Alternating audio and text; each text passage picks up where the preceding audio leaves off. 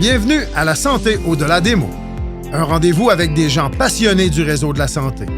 Jean-Pierre Gagné, lui-même médecin, vous fera partager sa passion pour le domaine et vous fera découvrir une foule d'invités et d'acteurs clés du réseau.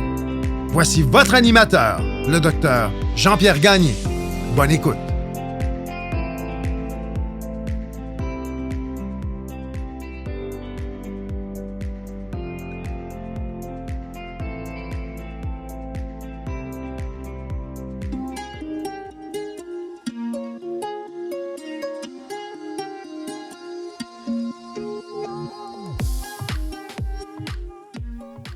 Je tiens à remercier les partenaires suivants pour leur support au balado La Santé au-delà des mots. Beauchamp-Beaulieu Dessureau-Toupin, groupe conseil associé à la financière Banque nationale gestion de patrimoine, Rempart Neurophysiologie, Medix, le groupe TIGE et Eurofin Environex.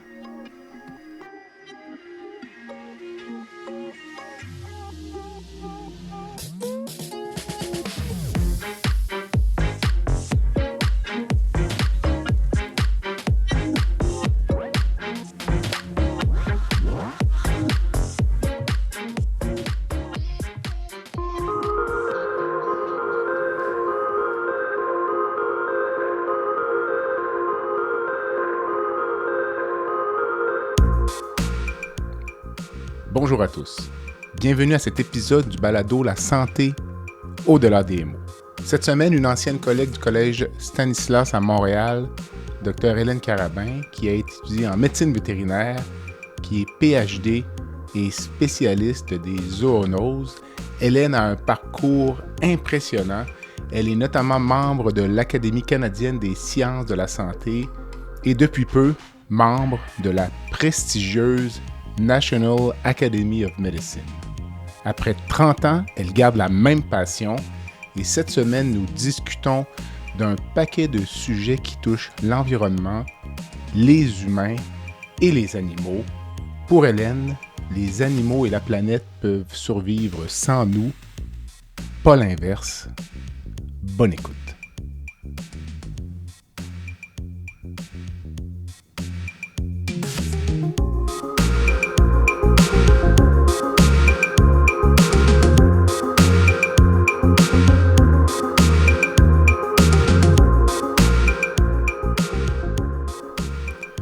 Hélène, bon après-midi. Bon après-midi. Ça va bien? Ça va bien, toi? Oui, ça va bien, merci. Il fait longtemps qu'on s'est parlé de vive voix, donc c'est très drôle. C'est les avantages de faire un balado. Merci d'avoir accepté l'invitation donc du balado La Santé au-delà des mots. J'avais eu ton garçon en podcast, Félix, il y a peut-être, j'ai le goût de dire 2 ans. Oh, c'était pendant la pandémie. C'est ça, j'avais fait un épisode avec 5 adolescents là, pour voir un peu comment les enfants prenaient ça. Puis à l'époque, moi, je trouvais que les enfants prenaient mieux ça que les adultes, mais je pense que c'est une question de résilience, selon moi. Donc, ils sont tous passés à travers à ma connaissance. Écoute, je voulais donc en profiter, donc le balado, là, on va aller un petit peu en dehors de la santé humaine, là, puisque toi, tu es vétérinaire de formation. Mais... Oui. Et tu fais beaucoup plus que de la médecine vétérinaire, tu sauras me le compter dans quelques instants, mais avant de s'arrêter sur ta carrière, peut-être pour les jeunes auditeurs qui nous écouteraient là, puis qui envisageraient de faire peut-être de la médecine vétérinaire, là, qu'est-ce que ça peut représenter, disons, des études en médecine vétérinaire, puis... Les études en médecine vétérinaire, c'est 5 ans. OK. De formation, donc c'est un petit peu moins long que la médecine humaine, mais il y a les options semblables à ce qu'on peut faire en médecine humaine. Donc, quelqu'un peut décider, après ces 5 ans, de se spécialiser en oncologie, en dermatologie ou en reproduction, par exemple, ou dans différents autres domaines. Il faut quand même être assez bon à l'école. Là, c'est assez contingenté, je pense. Hein, c'est ça. C'est pas mal contingenté. Ça ressemble à la médecine. OK. Ça dépend des années. Là. Des années, c'est plus dur de rentrer en médecine vétérinaire qu'en médecine. D'autres années, c'est l'inverse. Donc, ça varie un petit peu comme ça. Il y a des gens qui rentrent directement du cégep, puis il y en a beaucoup qui rentrent après un bac universitaire. OK. Ouais. Puis, à ma connaissance, une seule faculté au Québec, est-ce que je me trompe? Là? Oui, effectivement. Okay. Il y a juste une au Québec. Il y en a 5 au Canada. Mais il n'y en a qu'une en Amérique du Nord francophone, puis ben, c'est nous. Qui est associée à l'Université de Montréal, mais située à Saint-Hyacinthe. Exactement, parce qu'ils ne voulaient pas de vaches sur le Mont-Royal. Ça peut être un bon argument. Mais et aussi parce que j'ai une de mes filles, il y a une amie qui est vétérinaire, puis sur le point de terminer, il y a un seul examen nord-américain aussi, je pense. Hein. C'est peut-être une autre différence, peut-être, par rapport à la médecine où c'est national, voire à une certaine époque, même provinciale, la médecine, à une certaine époque. Ben, il y a un penchant plus légal qui est provincial, qu'il faut passer aussi, mais l'examen de connaissances médicales vétérinaires, c'est le NAVLE, qui est effectivement nord-américain, puis qui permet quand même aux vétérinaires de se déplacer après, dans différents endroits, où là, il faut passer l'examen légal, encore une fois, mais nos étudiants peuvent pratiquer n'importe où au Canada pas mal, moyennant de passer cet examen plus de législation. Donc, ça, c'est un gros avantage. Puis ça a été mis en œuvre quand moi, j'étais étudiante. Je pense 2 ans avant que je termine, c'était la première cohorte qui a fait cet examen-là. Donc, ça fait longtemps. Puis on est aussi une faculté qui est reconnue par l'association des formations en médecine vétérinaire nord-américaine. Donc, et qu'est-ce qui t'avait attiré en médecine vétérinaire à l'époque? À l'époque,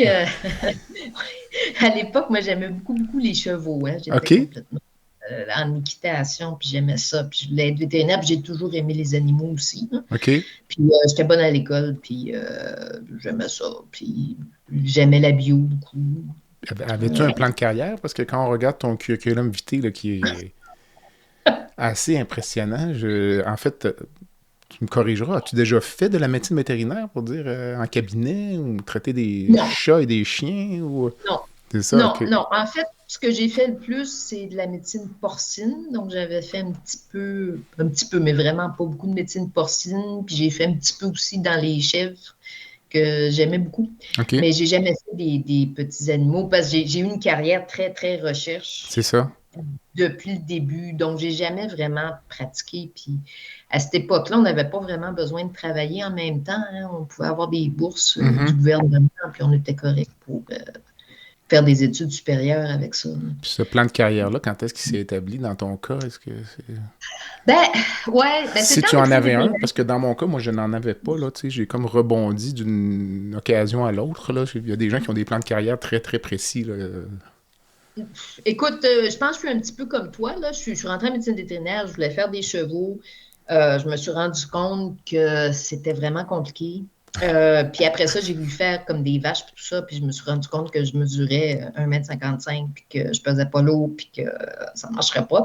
Puis, après ça, j'ai eu un cours d'épidémiologie, puis il y avait un gars, en fait, qui était vétérinaire, mais qui travaillait pour Santé Canada, qui était venu nous parler des vaccins, de zoonoses, de son rôle en santé publique au niveau fédéral comme épidémiologiste. Puis là, j'étais comme ça, c'est le fun.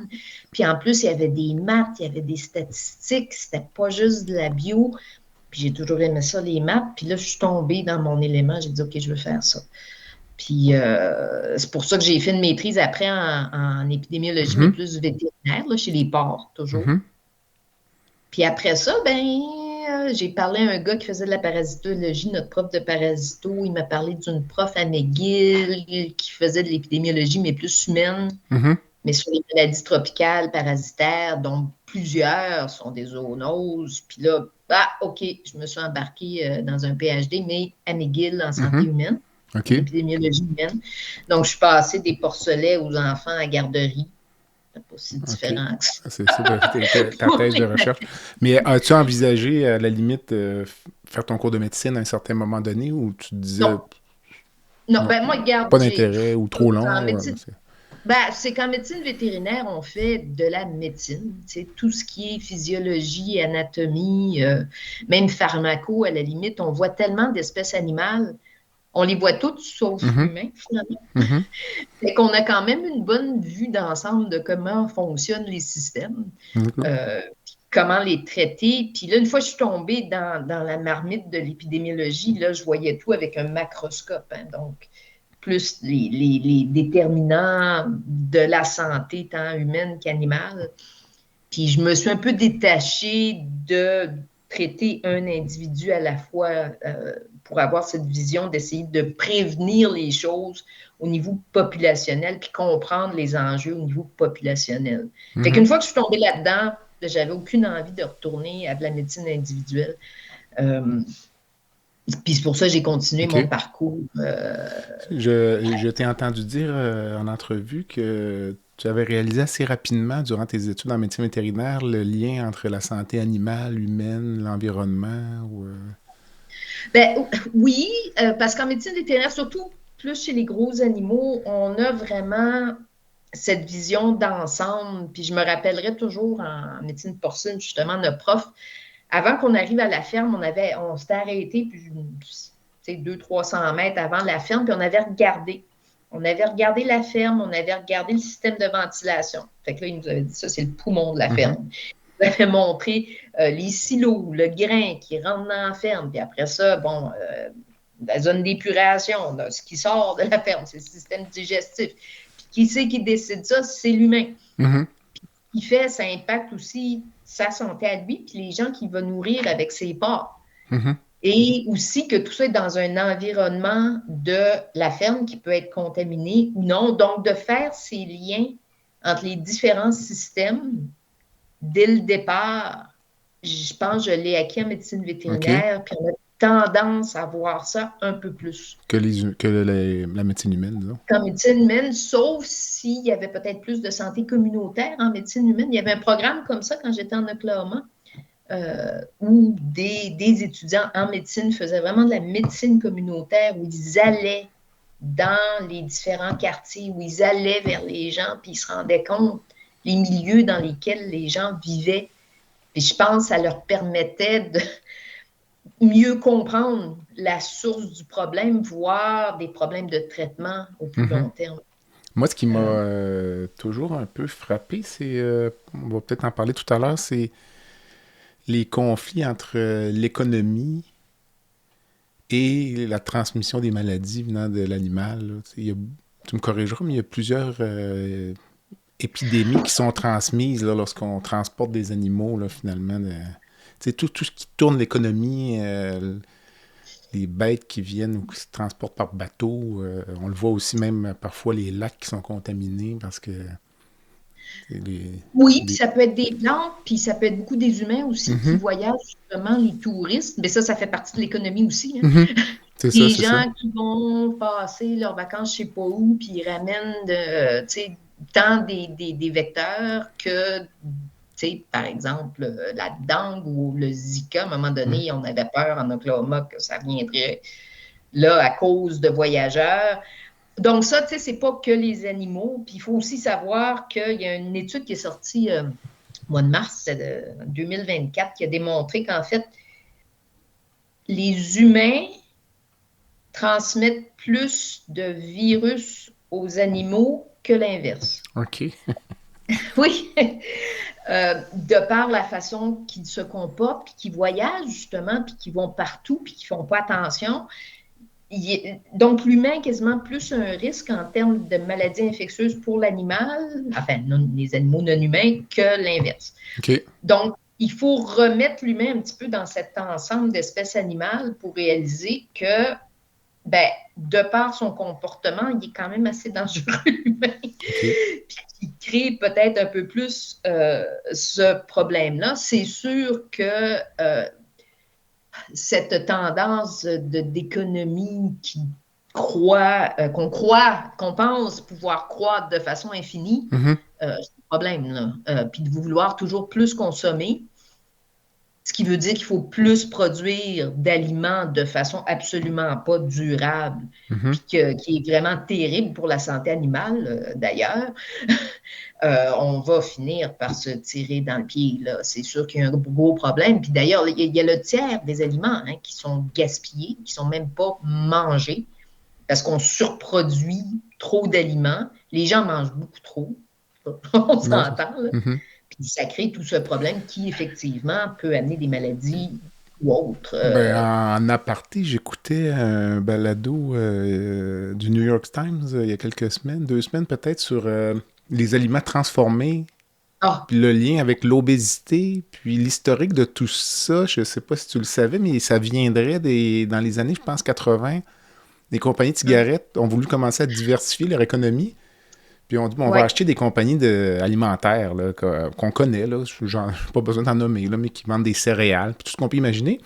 Puis de ce que je comprends, les cigarettiers ont importé, si on veut, dans l'industrie alimentaire, leur approche, tu sais, de dire il faut créer une dépendance chez l'utilisateur. Donc, c'est là que les triplets là, de gras, sucre, salé, puis se rendre compte, quand on fait des duos de ces deux choses-là, on crée une dépendance. Puis, de ce que je comprends, tu dois le savoir mieux que moi, il y aurait un lien direct avec ou important avec l'obésité, là, puis tous les problèmes de santé qu'on connaît aujourd'hui. Absolument. Les aliments ultra transformés, il n'y a rien de... Enfin, c'est vraiment nocif pour la santé. Là, on a un chercheur à l'Université de Montréal, Malek Battal, qui travaille beaucoup là-dessus. Puis lui, il a fait des études avec des Autochtones en Colombie-Britannique où ils ont réinstauré le saumon dans la rivière Okanagan. Et puis, tout l'environnement a changé. Donc, c'est encore, ça démontre un peu cette pensée systémique de voir les liens entre les différentes choses. Ils ont réintroduit le saumon, les gens ont changé leur diète, leur santé s'est améliorée, le saumon a retrouvé son habitat naturel, et puis toute la communauté, tant des écosystèmes que des humains en a bénéficié. Et en diminuant cette surconsommation de produits ultra transformés. Puis l'autre problème aussi, c'est que ces produits-là, ça ne coûte pas assez cher. Je veux dire, comparé au reste. C'est ça, exactement. Puis, disons que je pense que c'est difficile de bien s'alimenter. Avant d'oublier, je voulais te féliciter puisque tu as été nommé à l'Académie nationale de la médecine en octobre 2023. Donc, les gens pourront faire des recherches. C'est quand même assez prestigieux, là. Il y a une centaine de nommés par année. Donc, tu me corrigeras peut-être 10% en dehors des États-Unis ou en dehors. C'est ça. Puis, il ne doit pas y avoir beaucoup de vétérinaires. Non, il n'y a pas beaucoup de vétérinaires. J'étais la première de l'Université de Montréal, ça, j'étais contente quand même. Il y en a quelques-uns. D'ailleurs, la personne qui m'a nommée, elle est vétérinaire. Et puis, elle a un profil un peu comme moi. Donc, elle fait à la fois de la santé publique puis de la santé animale.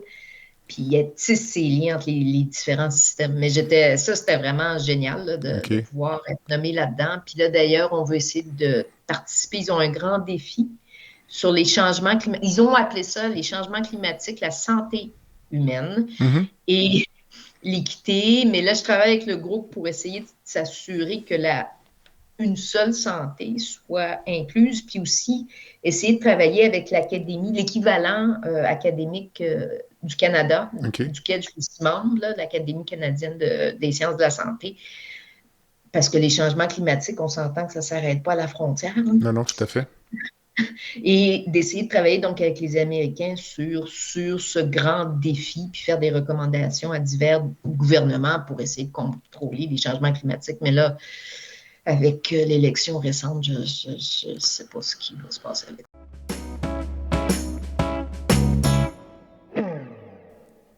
Rempart Neurophysiologie est fier de poursuivre pour une deuxième année son support au balado La santé au-delà des mots. Rempart Neurophysiologie est une entreprise spécialisée dans l'octroi de services neurologiques tels que le monitorage neurophysiologique péropératoire. Plusieurs chirurgies comportent des risques de complications neurologiques graves, mais avec Rempart, ces complications sont réduites à moins de 1%. Rempart est votre ange gardien en salle d'opération. Pour les besoins particuliers de votre hôpital, votre clinique ou votre centre de soins, contactez Rempart Neurophysiologie à info@rempartneuro.ca. C'est à info@rempartneuro.ca.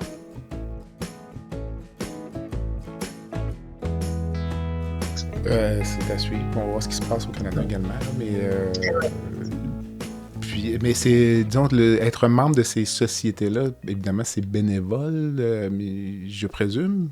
Mais ça rajoute une charge de travail lorsqu'on est déjà très Ben, occupé, fait qu'on fait ça la nuit ou comment ça oui, fonctionne? oui, ben ça, c'est la vie de chercheur. Mais ce qu'il y a de bien, c'est qu'avec l'Académie américaine, c'est des Américains. Alors, ils sont capables d'aller chercher des, Des fonds? des subventions à droite, à gauche de donateurs qui permettent d'embaucher des chercheurs ou des postdocs ou des gens qui peuvent nous aider à monter ou au moins faire de la revue de littérature ou aller chercher l'information dont on a besoin pour monter ces rapports qui seront ensuite présentés aux politiques. Mais c'est très politique comme type de rapport. Ça s'appelait le National... Non, ça s'appelait... Ah, ça va me revenir, c'est correct. Ça avait un autre nom. Tu évoquais tout à l'heure le concept de une seule santé, donc le lien entre les santé humaine, animale, l'environnement. C'est quoi une seule santé? Ben, Une en organisation, fait, un courant, une organisation? en fait, ça existe cette idée que les santé sont reliées, ça date de la nuit des temps. D'ailleurs, il y a beaucoup de connaissances autochtones qui reconnaissent le fait qu'il faut protéger la santé de ce qui nous entoure, que ce soit tant des plantes que des animaux, pour pouvoir améliorer la santé humaine. Puis d'ailleurs, dans ces cultures-là, l'humain n'est pas au centre. Hein? C'est un peu... tout est au même niveau. Donc, c'est un peu ça. C'est une idée qui est très ancienne. Maintenant, le nom, une seule santé, One Health, a été déterminé en 2004, surtout en lien avec les zoonoses en émergence.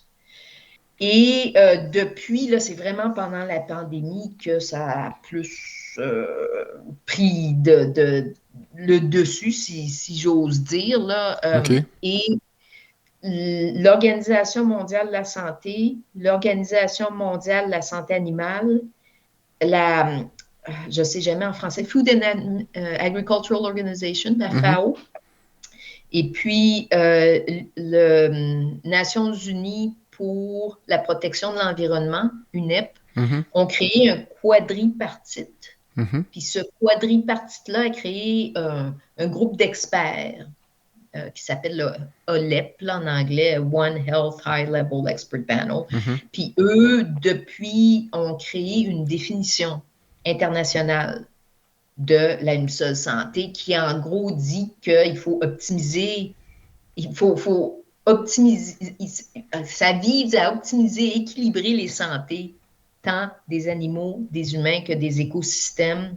Puis dans les écosystèmes, on inclut la santé de tout ce qui est plante aussi, qu'on néglige souvent un petit peu trop, parce que s'il n'y a plus de maïs, c'est une grosse maladie du maïs et du blé en même temps, ça va aller très, très mal dans le monde. J'avais déjà entendu un économiste dire qu'il y avait, ça peut paraître faible, mais certains avantages au réchauffement climatique, ça peut avoir l'air stupide et je ne fais pas la promotion du réchauffement climatique, ça augmente les saisons de culture.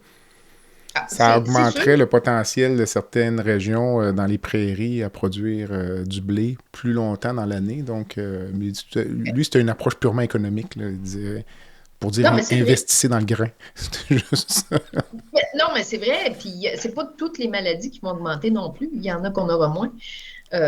Si ça se réchauffe, il y en a qu'on aurait plus. Tu sais, des parasites, ça n'aime pas la sécheresse. Fait qu'il y en a que les œufs, ils vont mourir. Mais bon, en général, disons qu'on n'est pas dans la bonne voie, mais... J'ai même une citation que j'ai trouvée de toi en ligne. Tu disais que nous devrons prendre en compte les milieux dans lesquels évoluent toutes les espèces. C'est ce qui va nous sauver. Les animaux et la planète peuvent survivre sans nous, pas l'inverse. Je trouvais ça quand même assez frappant. Puis on dirait qu'on le réalise peut-être pas assez ou... Effectivement, je veux dire, l'humain a besoin de son confort, en fait, tout au moins dans nos sociétés. Là, je ne parle pas des endroits où je travaille plus en pays pauvre, là, mais on a notre confort, on a nos maisons, on a notre chauffage, on a nos voitures, on a nos vêtements, puis tout ça, puis quand on n'a pas ça, là, c'est la grosse panique. Là. S'il fait un peu chaud et il n'y a pas la clim, là, tout va très, très, très mal. Tout à fait. Je pense que les animaux puis les plantes ont gardé une possibilité de s'adapter à ces changements-là sans détruire tout autour d'eux, de façon peut-être un peu... Enfin, ils sont peut-être plus équipés pour s'adapter que l'humain qui a un petit peu perdu cette habilité à s'adapter au milieu naturel. On s'entend que côté technologique, c'est autre chose, là. Serais-tu d'accord avec l'affirmation qu'à moins que quelque chose de majeur n'arrive, toutes les espèces animales qui compétitionnent avec l'humain pour l'habitat, les ressources ou autres sont condamnées à l'extinction? Parce que c'est des choses qu'on entend. Moi, je suis pas sûre. Hein? OK. Enfin, ça dépend ce qui arrive. Hein? C'est sûr que s'il y a une bombe nucléaire, ben là, c'est encore drôle. OK. Tu regardes ce qui s'est passé dans les endroits où il y a eu des bombes nucléaires. Il y a beaucoup d'animaux qui ont réussi À survivre. à survivre, puis à se retaper, puis à refaire des communautés, beaucoup plus que les humains qui sont vraiment partis de là et qui ne sont pas revenus. Là, Tchernobyl, entre autres, il y avait eu des reportages là-dessus. Les plantes aussi ont commencé à repousser. C'est redevenu un réel environnement. Alors, est-ce que puis bon, là, je vais aller carrément dans le vivant, là, mais il y a des bactéries qui vivent dans des milieux absolument incroyables. Là. Il y a le son, là, c'est juste du souffle, puis ça boue, puis il y a de la vie là-dedans. Il y a de la vie là-dedans quand même. La vie est quand même très, très, très résiliente. Alors, même s'il y avait une catastrophe, je suis pas mal convaincue qu'il y aurait quelque chose qui survivrait mieux que juste une seule espèce qui est l'espèce humaine. Il y a des millions d'espèces vivantes. Disons que ton champ d'expertise, tout au moins initial, puis actuel encore, sauf erreur, c'est les zoonoses. Donc, d'abord, c'est quoi une zoonose là, pour le non-instruit que je suis? Une zoonose, c'est un agent infectieux qui peut se transmettre entre les humains, puis les animaux, puis les animaux, puis les humains. Ça peut aller dans n'importe quelle direction, mais c'est un agent infectieux qui s'adapte à différentes espèces animales, incluant l'humain. Puis on parlait tout à l'heure de santé environnementale. Donc, ça inclut la transmission de ces maladies-là, si ça passe, mettons, par l'eau, pour dire quelque chose? Oui, effectivement. En fait, comme je disais au début, j'ai beaucoup travaillé sur les maladies parasitaires. Puis la majorité des parasites, il faut qu'ils passent soit par l'eau, soit par le sol, ou il faut qu'ils passent un certain nombre de temps dans l'environnement pour être transmis. Est-ce que les plantes peuvent servir de vecteurs? Ou, peut-être une... pas directement. Pas directement, mais comme méthode de transport, peut-être plus, mais pas... Ou encore, ils hébergent, par exemple, schistosoma, je ne sais pas si ça dit quelque chose, mais c'est un parasite qui va dans le foie, là, dans la vésicule biliaire, un ver plat. Ça se transmet via un escargot.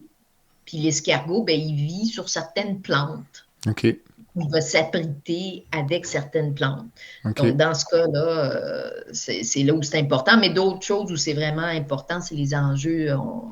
On voulait en parler un petit peu de résistance aux antimicrobiens, mais il y a la résistance aux antifongiques aussi, hein, qui est devenu qui devient un problème de plus en plus marquant parce qu'on utilise plein d'antifongiques en agriculture. Puis il y a certains humains qui commencent à développer de la résistance à des maladies fongiques, surtout des gens immunosupprimés. Puis ça, c'est lié à la surutilisation de ces... Donc, pour que les gens comprennent bien, parce que souvent, on perçoit la résistance aux antibiotiques comme étant le fait que moi, Jean-Pierre Gagné, je prends des antibiotiques trop souvent parce que toutes les fois que je suis malade, je vais voir mon médecin me dit, là, tu fais une otite, prends de la pénicilline. 2 semaines après, tu as une bronchite, je vais te redonner de la pénicilline. Mais la résistance aux antibiotiques se transmet également par les aliments que je mange. Puis si l'animal a eu trop d'antibiotiques, ça peut se transmettre comme ça. Est-ce que je comprends? Ou c'est pas tout à fait ça? Oui, mais dans nos sociétés où l'utilisation des antimicrobiens en agriculture est quand même bien contrôlée. Par exemple, il n'y a pas d'utilisation d'antimicrobiens préventifs chez les poules pondeuses. Donc, dans les œufs, d'acheter des œufs sans antibiotiques, ça ne sert pas à grand-chose. Les œufs, OK. Parce qu'il n'y en a pas. OK. Les producteurs de poulets du Canada ont banni 2 types d'antimicrobiens préventifs il y a plusieurs années. Les vétérinaires, faut vraiment, c'est très régulé. Il y a beaucoup de régulation sur l'utilisation des antimicrobiens. Donc, dans nos sociétés nordiques, occidentales, c'est quand même assez rare qu'un agent infectieux résistant aux antimicrobiens va se transmettre de l'animal à l'humain parce que c'est quand même assez bien contrôlé. Il y a beaucoup plus d'agents résistants qui proviennent de surutilisation en médecine humaine. Mais ça, c'est ici. C'est sûr que quand on se transpose dans des pays plus pauvres où on vend des antibiotiques qui sont complètement périmés ou encore des antimicrobiens qui le sont à moitié, ou encore les gens ne prennent pas toute la prescription et compagnie. Là, on a des gros enjeux, tant en médecine humaine qu'en médecine vétérinaire. Puis il y a beaucoup plus de transmission entre les animaux et les humains d'agents résistants aux antimicrobiens et l'inverse aussi. Le Staph aureus multirésistant, c'est pas rare qu'un humain va infecter son chat ou son chien avec. Fait, ça va vraiment dans les deux directions. As-tu l'impression qu'il y a parfois un petit peu de l'impact médiatique sur certaines maladies? Tu parlais de la Zika tout à l'heure. Là. Il y a quelques années, là, on s'était dit c'est certain qu'on va l'avoir, il faut arrêter de voyager. On va avoir des enfants. Je ne me rappelle pas à l'époque, je pense des enfants en encéphale ou je ne sais trop. Puis surtout à une époque, parfois on se met à parler de grippe aviaire. Puis là, on dirait que c'est comme une mode. Puis là, finalement, la maladie de Lyme, là, ça monte, ça descend, on dirait selon un peu ce qu'il y a dans l'actualité publique. Est-ce que je me trompe ou toi, d'un point de vue scientifique, tu trouves qu'il y a une fluctuation qui est peut-être artificielle un peu dans la couverture de ces entités-là? Ou... Ben, je pense que malheureusement, les autorités sanitaires, que ce soit animales ou humaines, ont tendance à plus répondre aux urgences. Alors, il y a qu'à regarder les budgets pour différents aspects de médecine humaine, la santé publique, c'est ce qu'il y en a le moins. Alors, tout ce qui tente de prévenir et d'éviter ces choses-là, c'est là où on investit le moins parce qu'on ne voit pas les résultats. Puis là, une seule santé, ben, c'est ce problème de la santé publique sur stéroïdes. Parce que là, on va essayer d'aller prévenir encore avant en prenant soin de la santé des animaux, de l'environnement, pour essayer de prévenir des choses comme la COVID, par exemple, pour ne nommer qu'elle, ou justement des sauts là, de l'influenza aviaire actuelle, où il y a quand même, c'est quand même un virus qui infecte plus de mammifères que les derniers influenza qu'on a vus. C'est quand même assez inquiétant, celui-là, là, mais il faut agir avant, justement, en prévention. C'est le genre de mission là, que peut être une seule santé. J'ai comme l'impression que ça peut venir avec beaucoup de frustration parce que vous allez vous buter là, à des instances politiques qui vont dire c'est super intéressant, là, mais on n'a pas l'argent pour ça cette année ou c'est un petit peu trop délicat. Si on fait ça, tel pays, telle chose, on va choquer un tel, il ne sera pas content. Non, ça fait 30 ans que je me bats, mais ça évolue. Autant la COVID a été une catastrophe mondiale, autant ça a eu quand même un impact très, très positif de ce côté-là. Alors, il y a le traité des pandémies qui est en négociation actuelle au niveau mondial avec tous les ministères de la Santé. Il y a un des articles, puis je pense qu'il y a une vingtaine d'articles, l'article 5, qui est sur une seule santé. Qui demande aux pays de s'organiser pour commencer à avoir des systèmes de santé, de surveillance intégrés et de travailler ensemble. Puis d'ailleurs, les pays, encore une fois, plus pauvres, fonctionnent beaucoup mieux pour faire ça que nous. Nous, on est vraiment, particulièrement au Québec, là, c'est un petit peu triste, mais on y travaille. Dans quel sens, le Québec, ça m'intéresse? Ben, est-ce que je trouve que c'est encore beaucoup trop en silo? Qu'on essaie bon, par exemple, il y a beaucoup de provinces, plusieurs provinces qui ont un vétérinaire de santé publique qui permet de faire le pont entre la médecine animale et la médecine humaine. Mais ici, on n'a pas encore ça, quoique l'INSPQ a fait une demande pour qu'on ait quelque chose comme ça. Puis d'avoir des ministères qui travaillent plus ensemble. Au Rwanda, même chose. Eux, ce qu'ils ont fait, c'est qu'ils ont le dossier Une seule santé. Ils ont une rotation des différents ministères qui prennent sous leur aile le dossier Une seule santé tous les ans ou tous les 2 ans, je ne me rappelle plus. Puis il faut avancer ça pour qu'on crée, on essaie de régler certains problèmes ensemble. Ils ont aussi des agents qui vont aller dans les différents villages, des agents de santé humaine, des agents de santé environnementale et des agents de santé animale qui vont discuter des problématiques dans les différents villages ensemble. Alors, au Québec, on est loin de ça. Et d'ailleurs, si tu penses à quelque chose de très simple comme qui va aborder les problèmes de zoonose avec les gens? Bien, en général, ce sont les vétérinaires. Les médecins humains, bien, c'est qu'ils sont... Malheureusement, il n'y a probablement pas assez de cours dans le curriculum de ce côté-là. Puis, le médecin humain ne va jamais penser à demander à son patient, « Avez-vous un chat? » Sauf s'il pense à une femme enceinte avec toxoplasma, quoique, mais il ne lui dira pas Ben, comment écoute, je veux dire, en médecine, le chat, il y avait la maladie des griffures de chat, là, disons, là, où... Puis, tu sais, il y avait une certaine sensibilisation, par exemple, à la gravité reliée à une morsure de chat par rapport à une morsure de chien. Un prenait des antibiotiques, l'autre non. C'est à peu près ça. Oui, non, mais c'est ça. Peut-être ça manque un petit peu dans la formation. Alors qu'en médecine vétérinaire, on en parle beaucoup. On parle des risques pour les humains, mais l'inverse ne se fait pas. Oui, ça, c'est côté des cliniciens.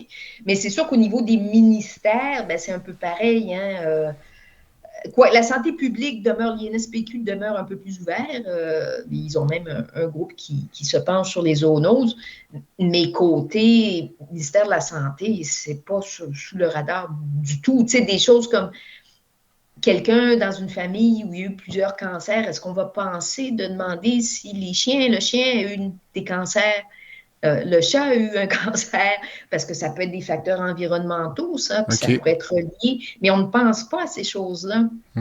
Alors que c'est le type de question que le vétérinaire risque de poser. Mais, quand même.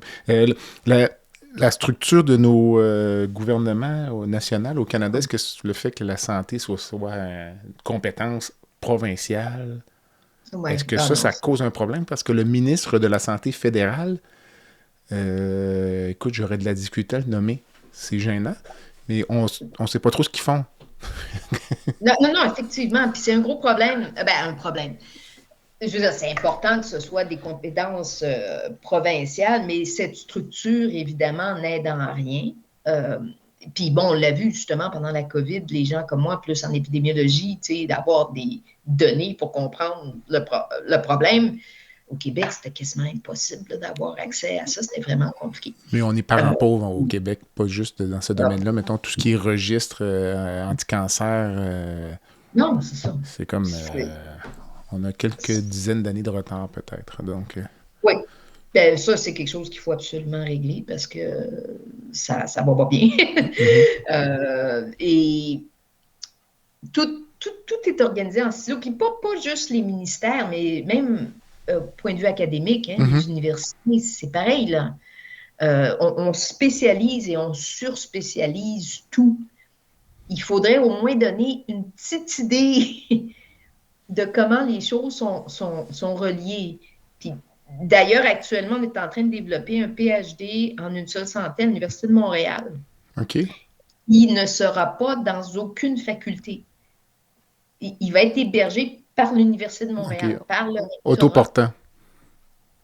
C'est le rectorat. Puis, ça veut dire qu'on veut vraiment former des gens qui sont capables de voir l'ensemble, puis d'avoir cette pensée systémique-là, puis essayer de régler des problèmes en touchant à différents domaines. Est-ce qu'à ta connaissance, il y a dans les cursus des facultés de médecine des cours donnés par des vétérinaires?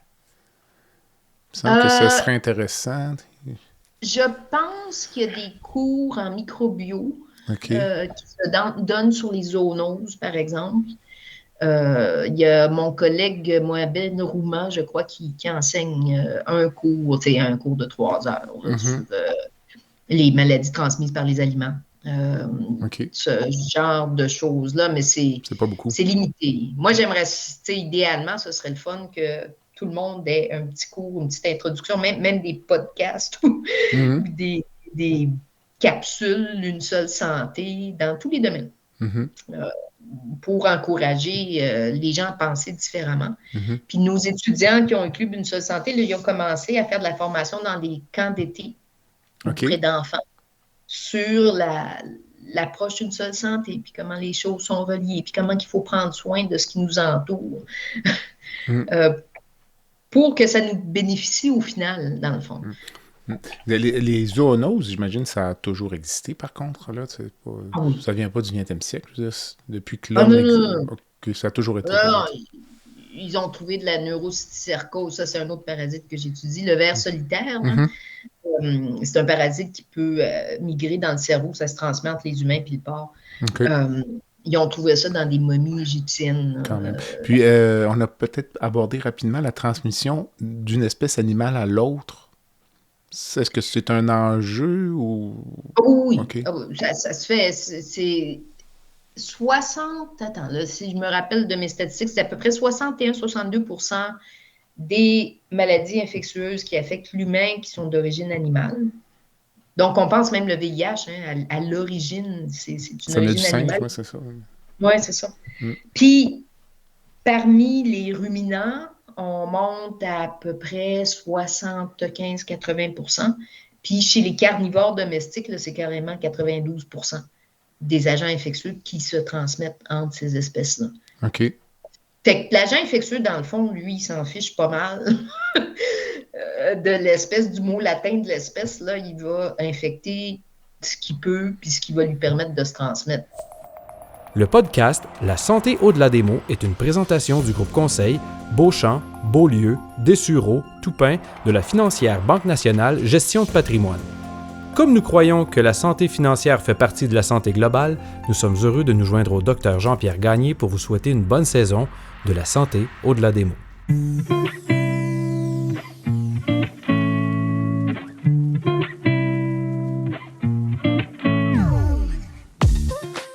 Fer et Velours est une entreprise de Québec spécialisée dans la location de mobilier vintage et création d'ambiance.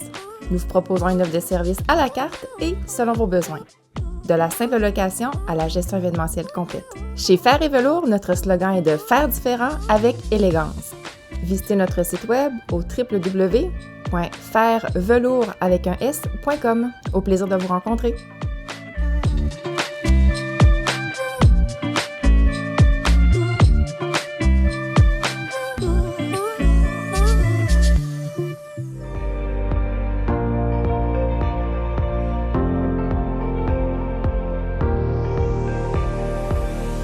Vous avez des commentaires ou un sujet à nous proposer ou même faire partie de nos invités, visitez le site web de notre balado à www.baladosanté.ca ou sur notre page Facebook de la santé au-delà des mots.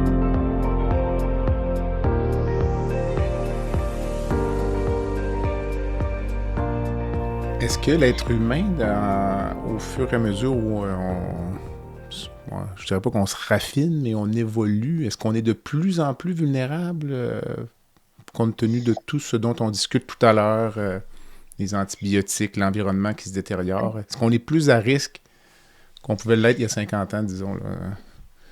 Écoute, ça, c'est difficile parce que d'un côté, c'est sûr pour les maladies en émergence, on est de plus en plus en train d'envahir les milieux naturels.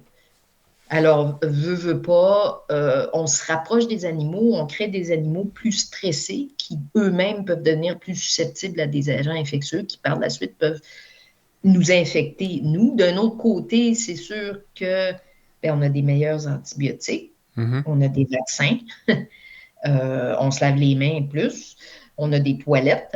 Moi qui ai travaillé beaucoup en pays pauvre, juste le fait d'avoir des toilettes qui flushent.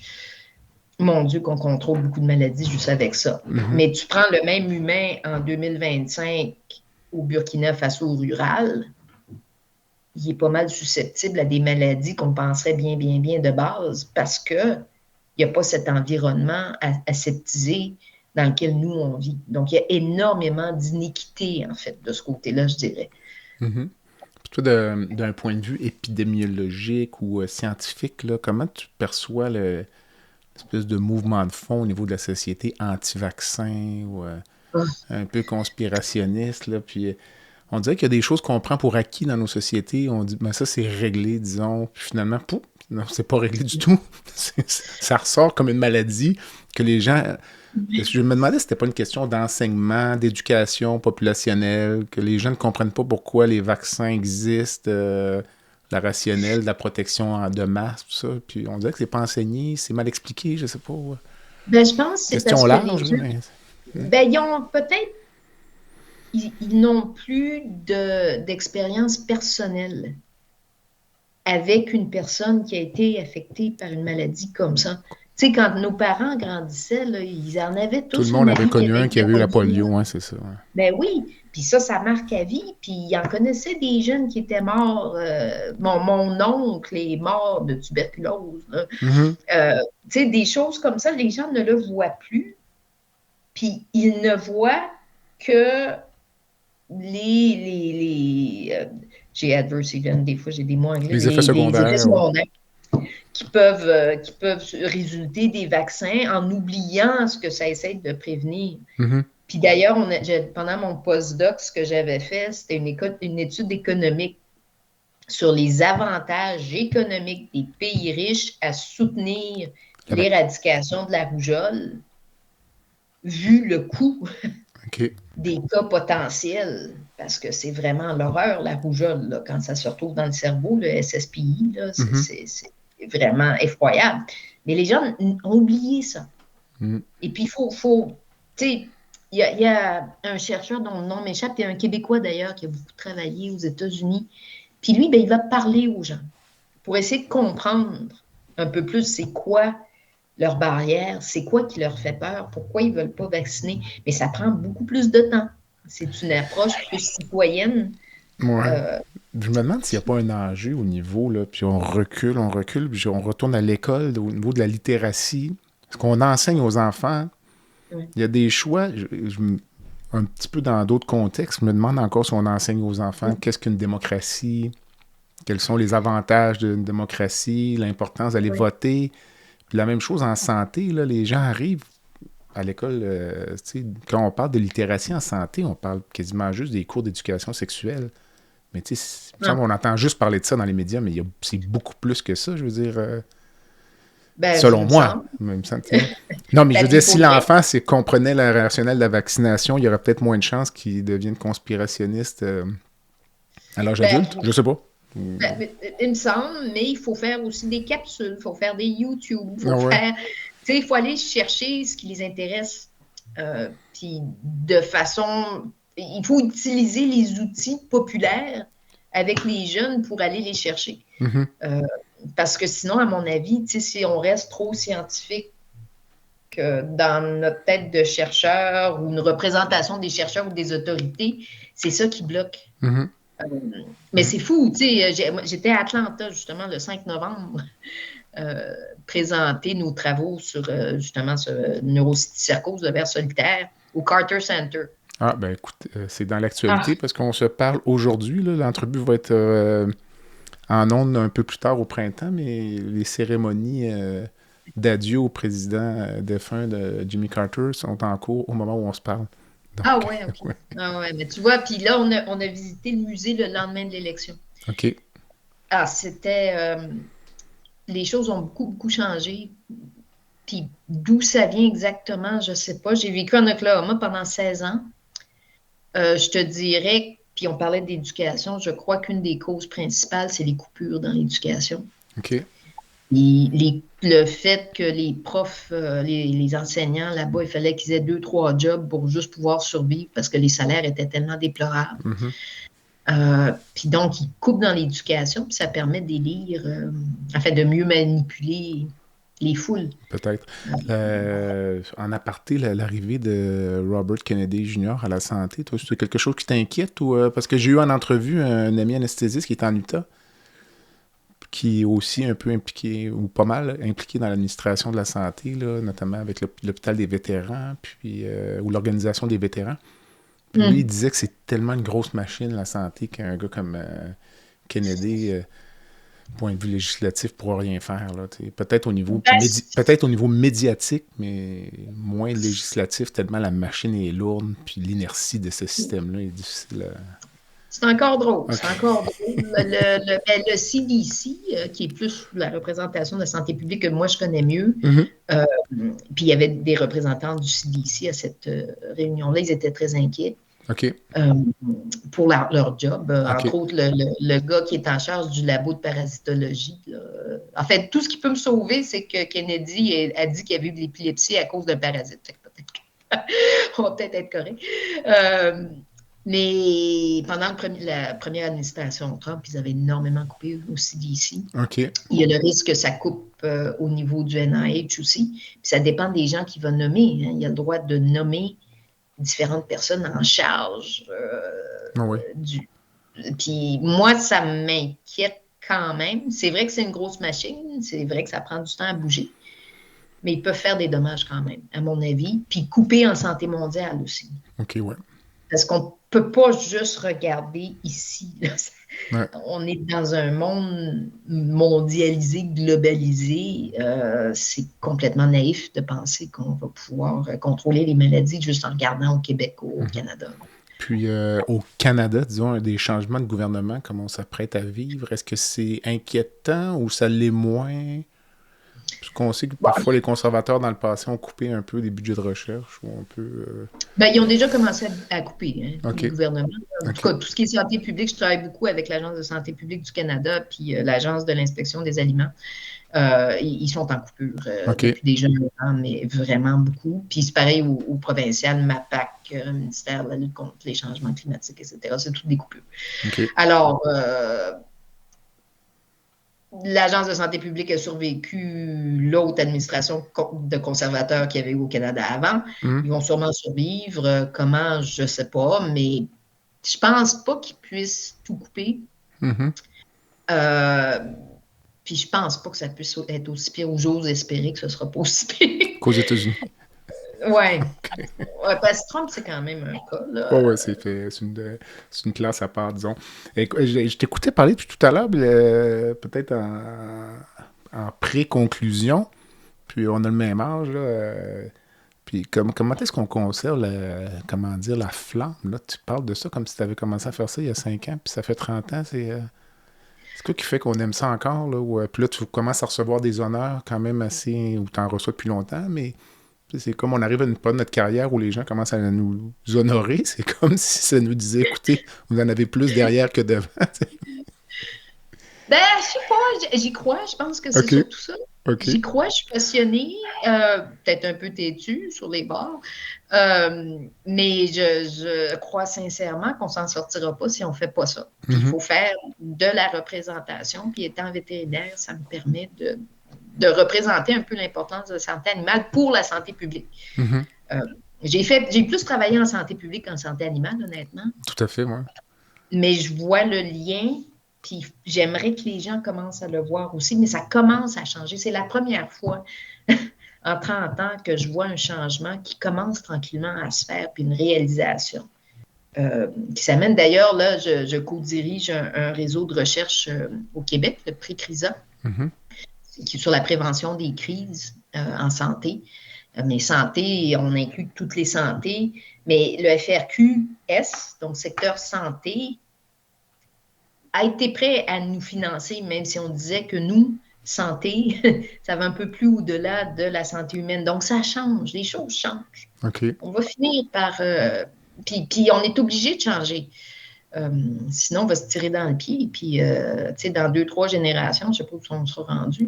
Puis le trio là, humain, animal, environnement, j'aurais comme l'impression que ça va être la portion environnementale qui va être la plus difficile. Oui. Encore puis, là, en raison de tous les enjeux que l'on connaît. Là. Oui, puis je pense qu'on le fait pas encore assez bien. Puis on n'inclut pas assez la santé des plantes et des arbres. OK. Et de tout ce qui est vert, à mon avis, qui souffre beaucoup. Hein, les érables, en ce moment, là, il y a une bibite qui s'en vient des États-Unis. On a vu les frênes qui sont fait manger. Il y a plein de recherches, mais il n'y a pas d'investissement. Tu sais, il y a plein de choses à faire pour protéger notre environnement, pour protéger nos écosystèmes, mais on ne s'y penche pas assez. Puis les plantes, c'est ça qui nourrit les animaux, qui nous nourrissent après. Je t'écoutais tout à l'heure, puis j'avais en tête, je pense que c'est la semaine verte ou découverte ou... Découverte, je pense à l'époque, puis une émission sur le refroidissement des cours d'eau liés à la végétation, puis des études qui avaient été faites où les gens plantaient des arbres le long des ruisseaux, puis ça baissait la température là, de façon... L'été, c'était spectaculaire. Là. Des choses, tu sais, puis à ce moment-là, l'impact positif de ça ensuite sur... les espèces animales qui sont dans le cours d'eau un peu plus bas, puis tout ça. Là, donc, c'est pas toujours des choses si compliquées, disons. Là, puis, il faut le faire. Ben, il y avait eu un cas comme ça en Afrique aussi. Vous avez replanté, puis ça avait contrôlé une maladie parasitaire des vaches. Puis ça leur avait permis de tout faire revivre, finalement, de permettre aux plantes de repousser.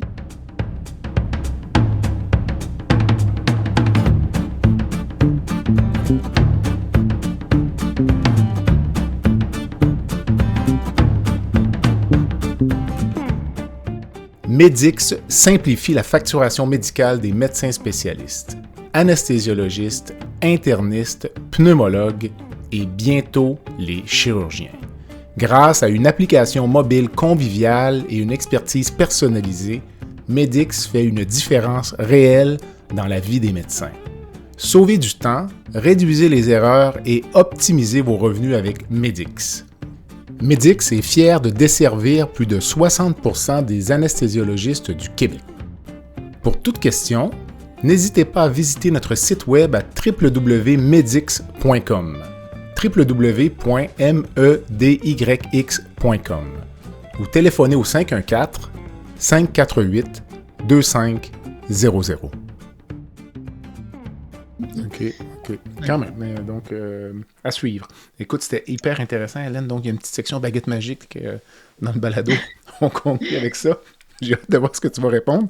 Mais si tu pouvais changer une chose dans le réseau de santé aujourd'hui, toi, ça pourrait être mondial si tu veux, là, ou carte blanche. Mondial, j'aimerais ça qu'il y ait un secrétariat, une seule santé. Okay. Au niveau de l'ONU, là, qui obligerait un petit peu les différents secteurs à se parler. Puis là-dedans, je mettrais le secteur de l'économie. Tout à fait. Puis je mettrais des secteurs de sciences humaines. Puis je mettrais différents secteurs. Avoir une espèce d'ensemble de gens de différents domaines qui se parlent pour essayer de mieux comprendre les enjeux. OK. Mais là, je rêve complètement en couleur, mais c'est pas grave. Non, c'est parfait. C'est bon. Il faut le dire. Puis, as-tu une rencontre de rêve ou si tu pouvais rencontrer quelqu'un, vivant ou décédé? Oui, ben, on en a parlé tantôt. Je pense que j'aurais vraiment aimé parler quand il était encore bien à Jimmy Carter. OK. Un gars, tu sais, tout ce qu'il a fait pour les maladies tropicales négligées, hein, ouais. C'est quand même assez incroyable. C'était un gars qui cultivait des peanuts. Ouais. Mais je pense que c'est peut-être pour ça qu'il a voulu se pencher sur ces problèmes-là. Il comprenait la pauvreté, puis la misère. Puis c'est quelqu'un à qui j'aurais vraiment aimé. Ben, il y avait ça, je pense. Puis il y avait, pour avoir quand même déjà un peu regardé son parcours, l'impact de la religion aussi, là, la compassion, l'empathie, tout ça. Là, donc, peu importe c'est tout un personnage. Puis il semblait d'être mais... d'une humilité incroyable. Là. J'avais écouté une entrevue avec le National Geographic. Puis on voyait que le gars qui l'interviewait était impressionné. Là, il était devant Jimmy Carter. Puis il dit, Monsieur le Président, je vous remercie de ça. Puis Carter avait l'air sincère. Il dit, non. Il dit, c'est moi qui vous remercie d'être venu au Carter Center, puis de parler de nous. Puis ça avait l'air sincère, là, ça avait pas l'air... Mais c'est un gars qui faisait bande à part, là, même dans le club des présidents. Là, il ne gênait pas pour critiquer les autres, alors qu'il y a une petite loi du silence. Ça, tout un personnage, tout un personnage qui a eu une présidence difficile, mais qui a eu une vie post-présidentielle extraordinaire. Donc Jimmy Carter, très bon choix. Tout à fait de circonstance. Est-ce que tu supportes une cause particulière ou une fondation, disons? Pas vraiment, mais j'aime les trucs locaux où j'ai voyagé. OK. Alors, en Inde, par exemple, on a travaillé sur l'épilepsie, toujours reliée avec mon parasite, dans les Nilgiris, qui s'appelle Ashwini. Puis c'est les membres autochtones qui ont créé leur propre système de santé parce qu'ils se faisaient tellement maltraiter par le système indien ils ont fondé leur hôpital, ils ont des médecins, puis ils forment aussi des Autochtones pour devenir médecins, pour devenir infirmières en santé publique. Puis donc ça, c'est une cause qui me tient beaucoup à cœur. Puis il y a aussi à côté le Mariama Charitable Trust. OK. Puis c'est une dame, puis elle, ce qu'elle fait, c'est qu'elle veut encourager la cohabitation des tigres et des grands félins avec l'agriculture, donc les vaches que les gens élèvent et les gens qui... Ben non, mais c'est un gros problème parce que les tigres, ils bouffent les vaches. Ouais. Alors, comment est-ce qu'on les...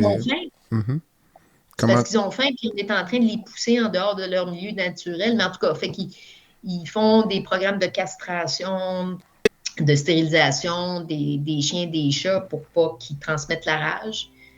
Puis ils vaccinent les chiens contre le distemper pour pas qu'ils infectent les grands félins. Le distemper, c'est... c'est un virus chez les chiens. Et puis, ils traitent aussi les humains. En tout cas, c'est vraiment une très belle cause. OK. Puis j'avais rencontré la dame là, qui était pleine d'énergie. Mais ça serait pas un argument pour avoir un lion comme animal domestique, là. Non. On n'est pas rendu là. Non, on les laisse dans la jungle. Excellent. Mais écoute, Hélène, je te remercie énormément. C'était super agréable. Puis peut-être au plaisir d'une prochaine rencontre. Merci beaucoup, Jean-Pierre. Merci pour ton podcast. Merci. Merci. Voilà ce qui complète le balado de cette semaine. Merci d'avoir été à l'écoute et le Dr Jean-Pierre Gagné vous donne rendez-vous la semaine prochaine pour un autre épisode, La santé au-delà des mots.